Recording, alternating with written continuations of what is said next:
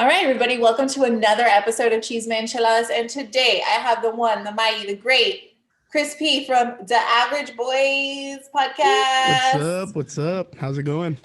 I mean, it's going, my guy. I'm sorry if I'm like leaning back, like looking like real chill. It's just like I told you, my foot looks like it belongs to one of the cast members from the Nutty Professor crew. So, we're living a life of like somewhat luxury, but then again, it's just like convenience. Oh, dude, So, I understand. Well, I get gout sometimes, like every now and then, like if I'm not very careful. So like my foot will get like real fucking. I'm sorry. Can I cuss on your show? I don't even know if I can cuss. absolutely. Oh, dude, awesome. Um, uh, Sometimes I'll get like a my joint will inflame in my toe. It's very random that it happens. I'm not really sure what the triggers are because like I'm always, dude, I'm always eating candies and shit like that. Like I'm super crazy about candies, but yeah, it just hits me out of nowhere. I think the last time that I got one, I was taking that emergency vitamin C stuff. Yeah, the Really? dissolvable tablet, and like the next day I just had like this crazy pain in my foot. And yeah, it sucks. It sucks to be like wheeling around like Charles Xavier and the X-Men and shit like that, just wheeling around telling people, hello, I'm here to help. I'm gonna read your mind.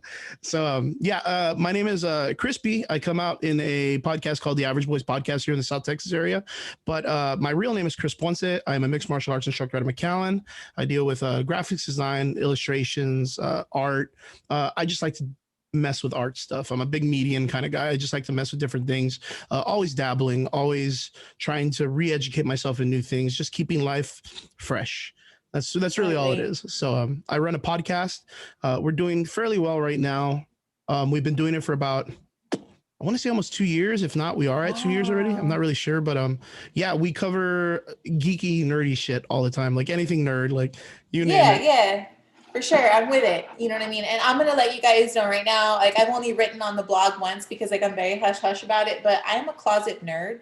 Um, yes. So Yo, like I have go I ahead. really think that everybody is like now that the comic book movies are all coming out and like all of these big fucking adventure shits like happening on the big screen, like it's intriguing. It's so involving. And the reason why I made my podcast in the first place is since the build of all of these comics and video games and coming to fruition of being in movies and film, and like the normal average person that grew up with a cool, like popular cool life, not being bullied by the for being the nerdy guy or whatever, like Yeah, yeah. um I want to be able to explain comic books and video games in such an awesome, easy way that you don't have to go back and read all the 800, 900 comic books, that you can be like, oh, that's a talking point. Oh, that's a cool point. Oh, that's a cool point. Like I got that because I remember that from what that guy was saying. That's Wow. kind of like what it was. Like last night we had a discussion because like right now, WandaVision is super popular, right? Mm-hmm. The Disney Plus show that's been coming out for, I think it's like 4 episodes. I think they're on 5 right now. And a Mm-hmm. big thing happened on the show last night, and a lot of people were like super blown away by it. But there's two variations. There's the comic book molding of two franchises, Mm-hmm. and then there's the idea of Disney acquiring Fox in the business aspect. And that's two talking points that nerds argue about all the time: is the comic book part, and then the Fox and the comic book industry selling all their franchises back in the 90s and the 2000s to be staying afloat in the business world, because comic books were in a horrible shape back then. Mm-hmm. Like so now there's a bunch of big, like there's people that are like scramming for the idea of what's going to happen next, or what's the next big thing. Yo. So like I That's want to be able to get everybody on that same level of talking pages without having to know all that shit from the 90s and the comics and all that stuff. I want people to jump in and be like, yo, I know what you're talking about. That's awesome, dude. I don't think you realize, well, I'm pretty sure you do, right? Like how much time you're saving people from having to go and do all this research on their own. Yeah, but it's one of those things. Like it's Yes. like I think you were talking about it a little while ago when you said that you had seen that a couple episodes ago we did the Robin Hood, the we Yeah. talked about all that shit that happened on Wall Street and GameStop and all that stuff. Yes. Now, I'm not gonna lie, I even came out on that show and like the first thing I said was, "Yo, everybody, I'm not gonna lie, I don't know shit about Wall Street. I don't know shit about stocks. I don't know shit." Yeah. So what I did was I Yes. reached out to a friend of mine who I know that is very prominent on that, and I brought him on the show to just break it down for us in the most layman's terms. So like for me, because it's like one of those things. Like I believe that there's always that group of people who are out there that want to know stuff, but they're too nervous, or the anxiety gets to them, or they're scared, miedo, of asking, because they don't want to look shunned. They don't want to be shunned upon or looked down on for not knowing. It's the fear of the judgment of others. Yeah. So what I want to do is I want to be that middleman. Like I want to be that dude that's like, yo, dude, when that weird exclamation with a circle comes out in my car, like, what does that mean? Where people are like, oh, that just means your tire is going flat. Like, oh, you didn't know that? Like, oh yeah, Crispy asked that. I don't gotta ask that shit. You know what I mean? Look at you serving the people. Yeah, man, that's what I'm about, man. I'm about my community, man. I'm about my poof. You know what I mean? And I'm so glad that you're doing like this collaboration with me for the RGB creatives, because that is exactly one of the reasons why I wanted to just do these collabs, right? Because the fact of the matter is that if you've grown up here in the Valley, you've seen that it's just kind of, it's starting to explode now, right? You know, and I would really love to see people from within, creative individuals such as yourself and others, who have all this capacity and the want and the ability to do, right? I want to see them doing it, as opposed to someone else from the outside coming in, bringing industry down here and then saying, well, you know, I helped you guys grow. And it's like, nah, my guy, you may have brought the title down here, but you hired from down here and we built it for you. So now I want to give the power back to the people, my guy. That's it. It's very weird though, because like the Valley, we talk about this a lot when it comes to, I used to run this segment in my show where once a month we would bring on some type of content creator or an entrepreneur in some way that was young, barely busting into the business here in the Valley. And we would ask people like, what was it like for you? Because it was like this for us, right? And the problem always was, the Valley's mentality needs to change on business people. Like it needs to change on people who are creators, and it needs to change on people that are trying to do something different. It's like you said, like we want the Valley to flourish. We want it to grow. We want all this cool stuff to happen. But we all know business wise and entrepreneur wise, the Valley is full of the crab mentality, which is when one crab is trying to get out of the hot pot, all the other crabs are pulling on that one to pull down to get back up. So that's like if I have a torteria, or if I have some type of like what are those shops that sell like the chamoy and shit like that? Ooh, like if I have one of those shops, like it's crazy because like if I have one of those shops and my neighbor sees that, my neighbor's gonna be like, well, I'm gonna get that, but I'm gonna put a big screen TV and some lights on that shit. Yeah. And they're just gonna take the same idea from what I was doing and go off of it because they see that I could be successful. Yeah. You know what I mean? But that's the problem, is that when one person tries to start something and strive with it, there's already someone of a different popular nature who has more money that wants to do more than that person. Yeah. And I think the Valley it's big enough, but it's too small for people to do that to each other. Because I feel like you said, we don't have communities of those type of things. Like, so right now, like content creators, there's a large amount of people that are starting to create content because of the situation that we've been in with the pandemic, the coronavirus, and situation people push inside their house. There was a huge influx of equipment being bought for streaming, for podcasting, for anything of that nature. And you have people that are like, well, fuck it, like I'm gonna do it now. But that's because of the situation we were given. It wasn't done because there was a demand or a want to jump into that nature. They're just doing it because it just happens to be the next thing to do. So it's almost like 4 years ago with YouTube, when all the people that wanted to start streaming and doing video games were real serious about making a career, and all the 10 and 11-year-olds started making the Roblox accounts and making videos too. Yeah. It kind of does an influx where it's hard to find the people that are serious about it. So like right now, people who are making streams and are doing this stuff, like myself and like yourself, like we're having to put or invest more money into like sponsoring our accounts for people to see, and we have to attack it differently because of the different algorithms that most social medias have, so that way we can get noticed better. Absolutely. So like this is just a quick little quote for anybody that's out there that's doing content creating. I encourage people who are content creating to not, when you buy a sponsorship for advertisement online to advertise for your whatever it is that you're content creating, I tell people, when you tag an area that you want to encourage, don't tag the Valley. Like, don't tag the RGV, don't tag the 956. Don't, you can tag it like once, like put 956 or South Texas, but don't tag it over and over again. Don't put like McAllen, Brownsville, Harlingen, Donna, this and that as the geographic area of what you want to get. Yeah. Because again, the Valley is a place that doesn't encourage creators. Yeah. But if you go and tag Austin, if you go tag LA, if you tag California, if you tag Florida, if you tag Canada, if you tag Greece, if you tag Rome, you tag Mexico, those people will like you, chat with you, and encourage and tell their friends about you. You know, the crazy thing is, like, I was looking at my analytics, and I don't know who you are. If you're probably watching this or you're going to watch this, I have people in Ireland watching this. Yep. And it's like, a very weird situation to see that. It's so weird because like I'm over here talking about Chisme and Cheladas, and you're like in Ireland, you're like, yo, I want to watch that. So whoever you are, thank you. All right. It's a very cool feeling. I had a situation happen about 3 weeks ago where I went up and put an episode up on my account so that I can have it live stream on Spotify and Instagram and all that stuff. And I had someone email me and they were like, hey, I think you put the wrong one up. It's a previous episode and stuff like that. The guy lives in Austin. And I had no idea who this person was. And I was like, dude, like, how did you hear about us? And he goes, well, I don't know. Like, it just came up one day on my Spotify or my Chromecast, or he said one of the programs. And and he was like, and it just reminded me of course, like being in the Valley and just talking to my friends about, you know, just shit we would do in college and video games and stuff like that. It reminded me of that. And he goes, now I'm up here in Austin. I have my career and I have my life. And I listen to it and it just makes me feel good. Like, it makes me feel home.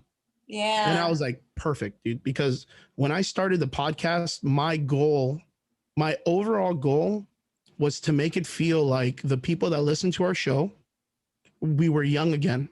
And we were listening to our dads and our uncles sitting outside in the backyard when they're drinking their drinks, and we were all little, like just chavalos running around. And tell a weird story, and it would catch our attention enough that we would want to be there. And we looked at it like it was adventurous. Yes. But when we grew up, it was just them working on a car or doing some minuscule shit when we're adults. But when we were kids, it was so amazing. Yeah. So like, I want that. Like, I want for people to come into the show and hear what we're talking about and be like, that's fucking crazy. Like, that's cool. Like, I wish I could have done that, but I get it. I get the idea of it. Like, that's my biggest theme of my show. Thank you so much for doing that. Yeah. Like, it's cool. It's fun. And it's like your show, like I've seen a couple of your episodes. I saw one of them that you did with a gentleman. I think it was like a person to person, like, cause this whole like Zoom thing and all these programs, like, it's been super crazy. And it's like, I like how relaxed you are. Yeah. Like, relaxed in the sense of like you let your, like, look at me, I'm a hardcore Latina, man. Woo! Like, you let it just fresh out, dude. And it's like, it's cool. Like, I can't, like, I'm bad at Spanish. So like, when you listen to me, everybody's probably like, that dude is super white. Like, that dude's a white guy. And then, like, holy shit, that guy is not white. So yeah, like, I dig it, man. I like the versatility of podcasting.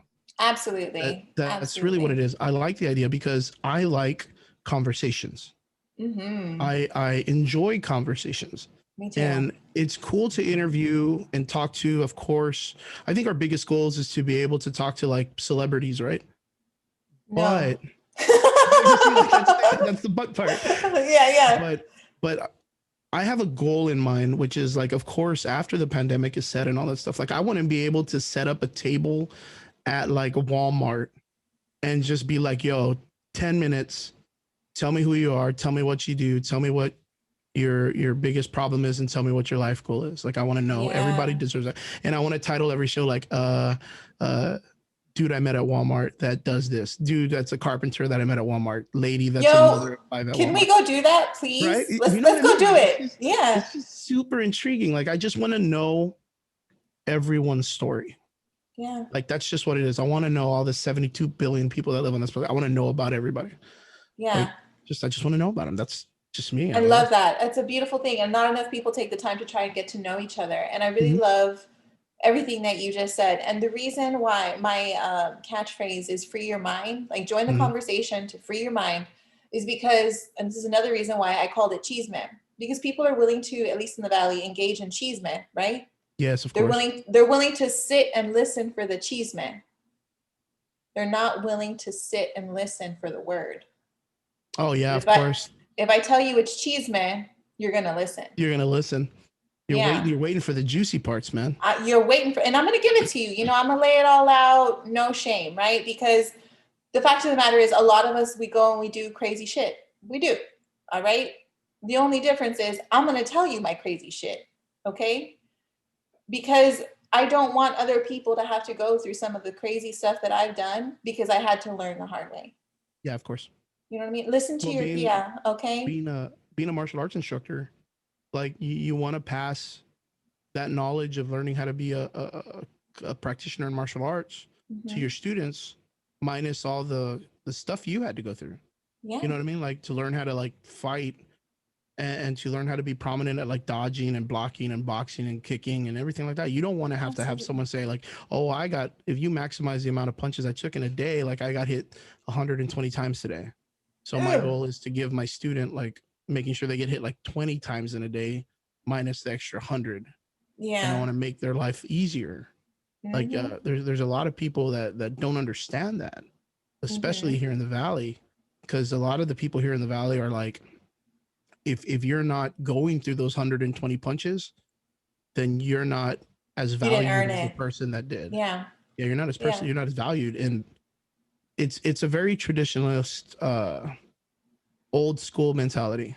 Yeah. Old school mentality, which is the idea of like people saying like, "Oh, well, you never worked with your hands, getting them dirty and stuff like that. That's why you don't know." Yeah. You know what I mean? Like, and the experience comes. There's so many different ways nowadays, man. Like YouTube is spectacular when it comes to learning a trade. Like you Mm-hmm. can literally learn how to do blacksmithing directly from YouTube and never Yeah. having to go to a dude to teach you how to warm up metal and hit it with a hammer. Yeah. Like you could do that. Where back in the day, the only way you could do it is by being a student under An a apprentice. master. Yeah. Yeah, like and like that's the next thing is like that's art right now. Like art is on that level where you know what, like to be a great artist you don't need a college education or a diploma to do it. You just need to fucking get out there and draw. You know what I mean? And Absolutely. then now that's changing into the next level is going to be graphics design and anything that comes with computers through art. You don't need to go to college to get that done. You just need to get it done and Mm-hmm. learn and just practice on your own. There's millions Yep. of people out there who are professional graphics designers, make millions of dollars or whatnot, and they dropped out of college and they just got themselves a little iPad and did it from there. Damn. I mean, like right now Mm-hmm. with the podcasting, like with us being able to individually do it personally out of our own house and getting our own stuff, there's potential to become video DJs or audio DJs when it comes to like radio station hosts or Mm-hmm. even television stations. Like I've been approached by some radio stations and they're like, "Hey man, we like what you do. You know, would you like to bring your show onto our platform?" And it's Mm-hmm. like in your mind, you kind of say like, "Yeah, like I would instantly do that." And then, But the thing is you're giving away the thing you've worked so hard for, and you've already made that attention. oh, I You get what see. I'm saying? So You like want to be able to have like all creative yeah, control. yeah. Well, I mean, that's the idea. Is it's kind of like when you look at politicians, right? Like I Mm-hmm. always told myself, like one of these days I'm gonna run for president. Like fuck it, I'll run for president. I'll vote Because for you. why? Yeah, hell yeah. I always tell people it's gonna be like vote Chris Ponce. Why the fuck not? Like that's what it's gonna say on my banner. And I tell people I would tell friends like, you know, and they say, well, what's up, dude? Like people's going to bring you a bunch of money and then you're going to like help them out and this and that. And I go, no, that wouldn't be my mentality. My mentality is they're going to give me money and I'm going to tell them straight up like, well, you're going to give me this money as a donation to my thing because you believe in what I'm doing already. You're not Correct. trying to force my hand to do something because you're changing. Mm-hmm. Yep. You're donating it to me because you're like, you know what, dude, you're badass. Here's some cash. Go do your shit. Like, you know what? Like, but that's, of course, that's not the way politics works. Like, they're going to be like, hey, No. here's some money. Like, when that shit happens, you know, fucking put me on the list or whatever, you know, that's Yeah. politics are. And that's why a lot of politicians that are, or a lot of people that get into politics that are straightforward don't make it when they stick to their guns like that. That's why they have to Mm-hmm. fold to the big, like, you know, big pharma or big military or big Yeah. industrial or whatever it is. Like there's always those different means of finances and politics. But that's the thing. When someone approaches you and they're like, let's say they come to you with your show and they're like, hey, you know what? I love your show. I'm part of a big network. I would love to pick you up. I see that you get 1 million likes. I see that you get 1 million views in a day. We need that and we want that on our show. Let's get you on our stuff. Well, that's the problem, is they already know you're already doing the footwork for them when they create a show. So like they just see that you have the attention. And the reason why people approach you like that is because in some weird way, their part is slowing down. And they need that extra. Yeah, you're starting to be the challenge to them as an individual, not as a 30, 40,000. You're the PewDiePie to Tea Party or whatever, that one war that was going on with PewDiePie a while back. I don't know if you remember that. No. So PewDiePie was the #1 ranked show on YouTube. The the individual. Yeah. Yeah. And there was this group out of India that was an entire music franchise that was the second runner up. Okay. And they started like, going against each other, only to remember that PewDiePie is one guy going against an entire 30, 40, 50 people that are involved in a company. And they're I love that. #1 spot. That's amazing. That is fucking amazing. That's a testimony to PewDiePie, his hard work in creating himself as a franchise. And that's when you're it's authenticity. That's what it does. Yeah.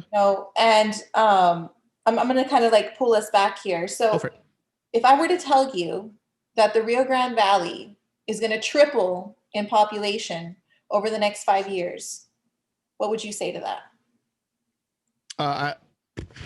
Being that we're like landlocked, I would say it was horrible. But I would say it's practically almost going to happen, because I think I just read in the Monitor the other day that like every day they release like 50 people who are asylum seekers, like every day in the valley. So like we're going to get in. That's the problem, is like we're constantly getting influxes of people from the Mexico, Venezuela, and all the other countries that are coming upwards. Like we're constantly getting influxes. So the idea of it growing exponentially in the next couple of years is like, it's not far-fetched.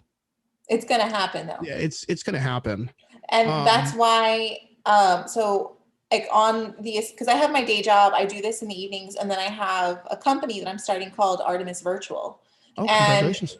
Thank you. And so with it, I've created the RGV Small Business Network. Oh, very cool. So what I've done is I've gone so far only on Facebook, but I will be expanding it. I've gone on Facebook into the small business groups, and I've asked for businesses to give me their information so that I can put it into a database so that people within the RGV can purchase from them. Excellent. Yeah. So what I'm going to want to do though, is I'm going to want to make them more known and help them grow and give them the tips and tricks to grow. Now I'm going to tell you right now that there are a few of them that are kind of doing similar things, but it's not exactly the same. Right. Of course. And that's okay. You know what you were saying earlier about how people are going to be competing for the same idea. The thing is, there's going to be a lot of people who want to buy your product. And the fact of the matter is, if you continue to stay a small business, you're only going to be able to take in so many orders. Yeah, of course. You will only be able to produce so much. And I so mean, then it goes the same way also. If you look at like Corpus Christi, or if you look at the Valley, of course, like the thing is like when it comes to small businesses, there's always opportunity for you to make sales.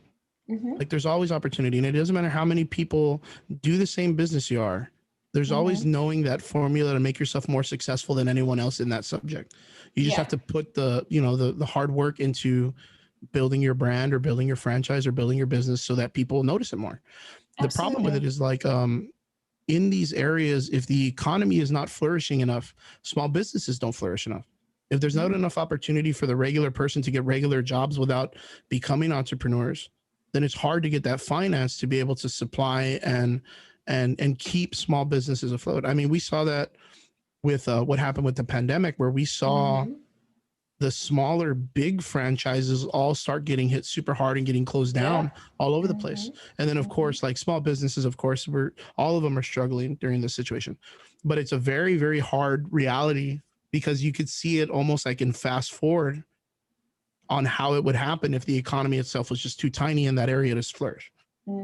So like the idea of the valley fluctuating and getting more people is great, but it's if the economy will flourish enough that will provide the finances for people to keep those businesses afloat also.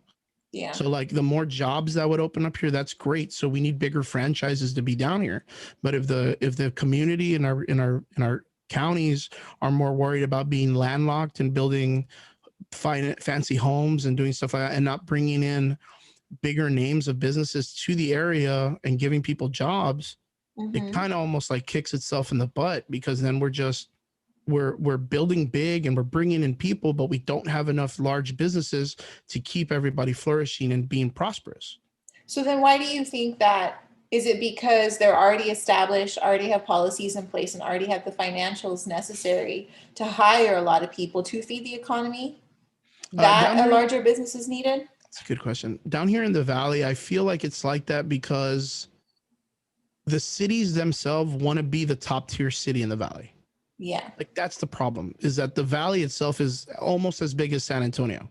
Yeah. Like if you combine all the different cities and make them regions Mm-hmm. inside to make a larger area, then it would be like San Antonio or Houston or Dallas. But the Mm-hmm. problem is each individual city wants to be Dallas or San Antonio or Houston. As opposed to joining together. Yeah, if they don't kind of like find a way to combine the whole entire area to be one solid phenom, Mm-hmm. and so that way it brings people in like a metropolis, like that would make more sense Mm-hmm. to build more, because then you look at all the cities and they all come together and they say, hey, you know what, like in the Mercedes livestock area, like we have the outlets, but it would be cool if we had like a Walmart right next to it, or a Kroger's or a Sam's, Mm-hmm. because it's just giant empty fields. Yeah. And then someone goes like in Mercedes, like, no, no, no, that shit ain't cool, man. I like my outlets. Like it's the thing that's there. Yeah. And it's like, wait a minute, like, but the thing is like, I don't know if you remember this, but like Edinburgh used to have Super Splash. Yeah. You remember Super Splash, right? I remember Super Yeah. Splash. Like that's the cool part, is like we had a water park, but it was only promoted as an Edinburgh water park. It wasn't promoted as a valley water park. Like that's the problem. Like the problem is, since it's not a metropolis of, oh, it's a large event center that's dedicated to the entire valley. Yeah. It's just looked at it as Edinburgh, and Edinburgh sucks. It's just tiny. Like I love Edinburgh. I live in Edinburgh, but it's like, I'm not saying it's bad because it's bad. I'm No. saying because it's just tiny. It's a Like how matter of the can, marketing then. yeah, yeah, yeah. That's really what it is. You see I'm what gonna I'm fix saying, right? that. I'm gonna fix that. Yeah. Give me And some that's the thing time. is, okay, so that's the thing that's cool. Like from what it is that you're saying that you're creating a community that businesses can come to, like a hub. And the Mm-hmm. problem is like this goes to the idea, the original idea that we were talking about, where it's like in the valley, everybody has a crab mentality because no one knows where to go as a hub to promote their businesses. Yeah. So right now, everyone just says promote on Facebook. I'm going to make a business. Oh, just promote on Facebook. But what if excuse me, I got burping. You're fine. What if I'm like a 60-year-old grandma who just wanted to make a little tortilla company in my house? Grandma, just get on Facebook and promote yourself. But What how though? am I going to know about Facebook? See, that's why grandma's gonna call me, right? And Exactly. she's gonna be like, Mija, I'm be like, Abuela, I I got got you. you. I got you. And it's that's what's important, is Yeah. the valley as a whole needs a place that it can go to help build small businesses be more known, Yeah. where they're comfortable. And Mm-hmm. then from there, the people need to say, well, I'm going to go there. That's like Craigslist. Like, oh, I'm going to go to Craigslist to look for someone.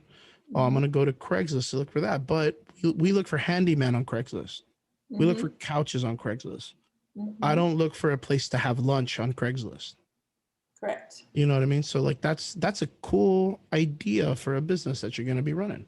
Yeah, I think it's thank you. fantastic. Yeah, I and think it's eventually, like, I'll be going to farmers markets and all these things to get all these other people because right now I have like a lot of artisans on there.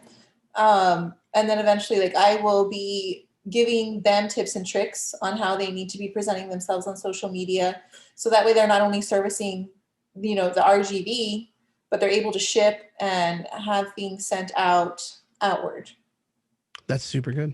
That's super Yeah. good. And of course, like I was saying earlier, the idea would be to yes, of course, build in the valley.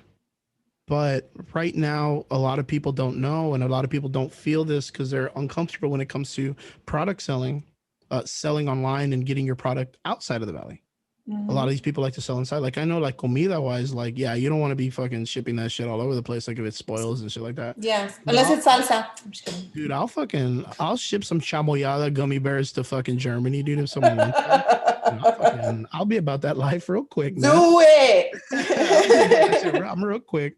I always tell my friends, man, I always wanted to live in Japan, and what I was gonna go do is just make a little taco stand over there and be like authentic Mexican food by a real Mexican, Tear it and up. just cook that shit. They'll love it, bro. They'll love it. Yes. But like the thing is like they have to be a little bit more prominent on being online and selling their products out there. So Yeah. like a lot of people don't know this, but this kind of shit don't come easy. Like But that's selling okay. online, making a production, making a content creating, that shit is not easy. It's not an overnight thing. I tell Mhm. people all the time that want to create a podcast. Okay, cool. You want to create a podcast? What are you going to talk about? And they're like, oh, I want to talk about Godzilla. And I'll be like, okay, cool. Like, Which how are one? you going to talk Godzilla for 8 years? Every day of the week. How are you going to stretch Godzilla content wise for 8 years? Because everybody thinks podcast because for that moment, it's like stand up comedy. Like I used to do stand up comedy in like 2006 with my friend Raymond. We went all the way to LA and we performed in front of hundreds of people, like crazy shit. Yeah. And I learned a lot about it because of the fact that it was like a lot of my friends were like, oh, dude, Chris is a funny guy. He could do stand up comedy. Oh, he's funny because in a group, I make everyone laugh. Yeah. But that's not what stand up comedy is. Like stand up comedy is going up and telling stories and making people laugh without them adding to the conversation. Correct. All they're doing is laughing. You're making yourself laugh. Yeah. And if you cannot comply the joke to make it where your joke is funny enough to make an audience laugh, like then you're not funny. Then you just don't know comedy. I But hear the you. idea is when you're amongst friends and you say a joke, one person will say, "Hey, que padre," and then you laugh about that, and then you add on to that, and it's the part where people add to that joke that makes you jump at it. So you may be quippy, but you're not stand-up comedy. Yeah. And that's what I had to learn. That's what I had to. It was a horrible fucking learning experience, man. Because yeah, there's no fucking chill, dude. When you're on stage and you don't tell a good joke and the crowd's like, yeah. And you're like, fuck, I'm still up here for 30 more minutes. What do I do? Oh my God. He started dancing and shit. I gotta give them their money's worth, right? So yeah, man, like it's one of those things. Like you really have to know your shit, and you really have to understand that there is a business psychology to the way that you run things. Yeah. Like it's like with us on the Average Boys podcast, me and my co-host, we meet up Wednesdays online to discuss what we're going to talk Fridays. Really? And what we do is we say, okay, cool. What are we going to talk about today? Because there's only a certain amount of stuff in comic books you could talk about before it gets really fucking boring. Yeah. Yeah. Like I could tell you about, like, of course, like the casual characters that people are comfortable with by name. And then from there, it's like, now who do you talk about? Yeah. Right. Then you start saying, oh, well, then I'll do verses. Or then I'll do like, oh, well, what if Batman fought Captain America, who would win? And then so this is where I'm sorry for interrupting you, but this is where you're allowing your creativity to take to kind of lead the way. Yeah, because you need content. Yeah. And that's a beautiful thing. Yeah, like the concept would be like, let's say we'll talk something a little bit more simple, right? Like let's say I want to make palatera. Like let's say I want to make one of those shops that sells like all the fruit cups and the gummies and stuff like that. The one part would be like, let me make a podcast about talking about palateras. So like what you would do is you would tell people, oh, what a palatera is, and then you would break it down, gummies, cups, sodas, candies, and then talk about that. You would cover a palatera conversation in like 30 minutes. Probably. Yeah, about 30 minutes. But how would then you tell the person, okay, cool, now stretch that conversation to an hour. Yeah. And then you're like, okay, now stretch that conversation to 2 hours and separate the 2 hours between a week. Yeah. And then you got to take that and separate it between 3 weeks and then 8 weeks, then 12 weeks, then a year. And then you have a podcast, about palateras. Yeah. But of course you're going to be like, well, fuck, what do I do? Like if I can cover it in 30 minutes, Maybe I could talk about the ingredients. Maybe I could talk about the different assembly. Maybe I could talk about the different flavors between 2 cups, or Mm-hmm. what one flavor does to one ingredient. Then you start thinking psychologically, like, okay, how can I encourage the audience to understand this ingredient to be better? You know what I mean? Like, you start breaking Yeah. it down in different aspects. Same conversation, but just Different way. dissect it in a different way that it kind of changes the conversation up. I hear you. So, like last night, we did a WandaVision episode for our podcast, and Yes. WandaVision is still an ongoing show. And the problem with the show right now is it's not really a problem, but it's more of like an inconvenience. Okay. The show comes out at 2 a.m. Thursday night, and then people will wake up and watch it Friday. But of course, they go to work and get out of work by 5, They watch it 6, Friday sometimes night. 7. So they'll watch it more than likely Friday, right? Friday night. But our podcast is Friday night. So when we come out and we say, oh man, episode 5 just came out, a large part of our audience still hasn't seen the episode. Yeah. So a lot of them will be like, oh, don't talk spoilers. No spoilers, no spoilers. And you want to give that to the audience too. Like, you want to be able to have fun and talk that. Yeah. So what we did yesterday is, for the last couple of days, because they're on the 5th episode, and Yeah. we have to assume that the audience has at least seen. Whoop, my camera turned off. I'm sorry. Oh, you're fine.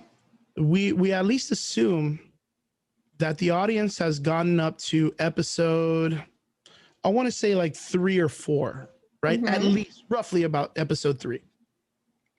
So our goal is to say, hey, well, you know what? Like, without talking spoilers, maybe we can talk about the idea of one of the big characters that should be coming out, and we can cover that person's history, their publication in the comic books, how they can be used in future projects through the MCU. Take them down the rabbit hole, my guy. Take them down the rabbit hole. That's pretty much what we did. We talked about this character named Mephisto. And of course, like, he's like a super ominous character in the comic books, but there are a lot of possibilities of him being used in the show, and then breaking it down how they're going to use him in phase 4, which is the entire franchise that's going to be coming up in the next like 6 movies. Yeah, yeah. You know what I mean? So we took all these people down, and we were getting comments like, dude, this show was great. It was fantastic, from people who hadn't seen the episode yet. That's fantastic. So let me ask you this. I'm sorry for interrupting you again. No, that's fine. That's fine. Where can people find you to listen to you? Okay, so if people want to catch me, every Friday night at 9 p.m., we have our show called Friday Nights with the Average Boys, right? Okay. And what we do is, on that show, we can either talk comics, video games, anything that's going on. We don't really talk politics. Okay. We don't talk anything in the sense of like religion, or we don't really like to get into like anything that kind of like, you know, the offensive stuff. Yeah. We like to keep it simple. Us nerdy dudes aren't really about all that stuff anyways. But yeah, we do Friday nights on Facebook. We also stream Maltzy on our YouTube channel and my Twitch channel, which is Crispy Plays. They're Crispy, the Average Boy. Or I'll be tagging all of this on social media so they can weird find ass tags, man. But overall, it's on Facebook. Like, I've kind of made it a goal to push on Facebook as our place of content creating, our platform, rather than going Twitch or rather than going YouTube. From there, anybody can find us on Spotify, Google Chrome, Chromecast, any of the podcast programs. We're on that also under the Average Boys Podcast, DA Average Boys Podcast. Okay. So, yeah. It's pretty easy to find us. But what's really cool is, on Friday nights, if you find us on Facebook and you jump on, you can jump into the conversation. We bring comments up and people flow with us. Yeah, so like, we have this thing where the audience automatically is involved with our conversation. It's a beautiful thing. Yeah. So it literally leaves no rock unturned. So if in the middle of the conversation, someone goes, wait a minute, but what about this? Here you go. We got that too. And the way we have it is, when the person leaves the comment, we have the program set up to, we'll hit the comment and it'll come up on screen so that everybody can read it too. That's awesome. Yeah. So, well, thank you so much for giving me your time. I have a feeling that you and I are going to be talking again in the future. Yeah. You know what I'm saying? Yeah. Yeah. You bring me on. We could do Chisme, man. Yeah. Let's do it though. Okay. Thank you so much for giving me your time, guys. Please go listen to the Average Boys amazing content. You know what I'm saying? And I look forward to talking to you in the future. Thank you guys so much.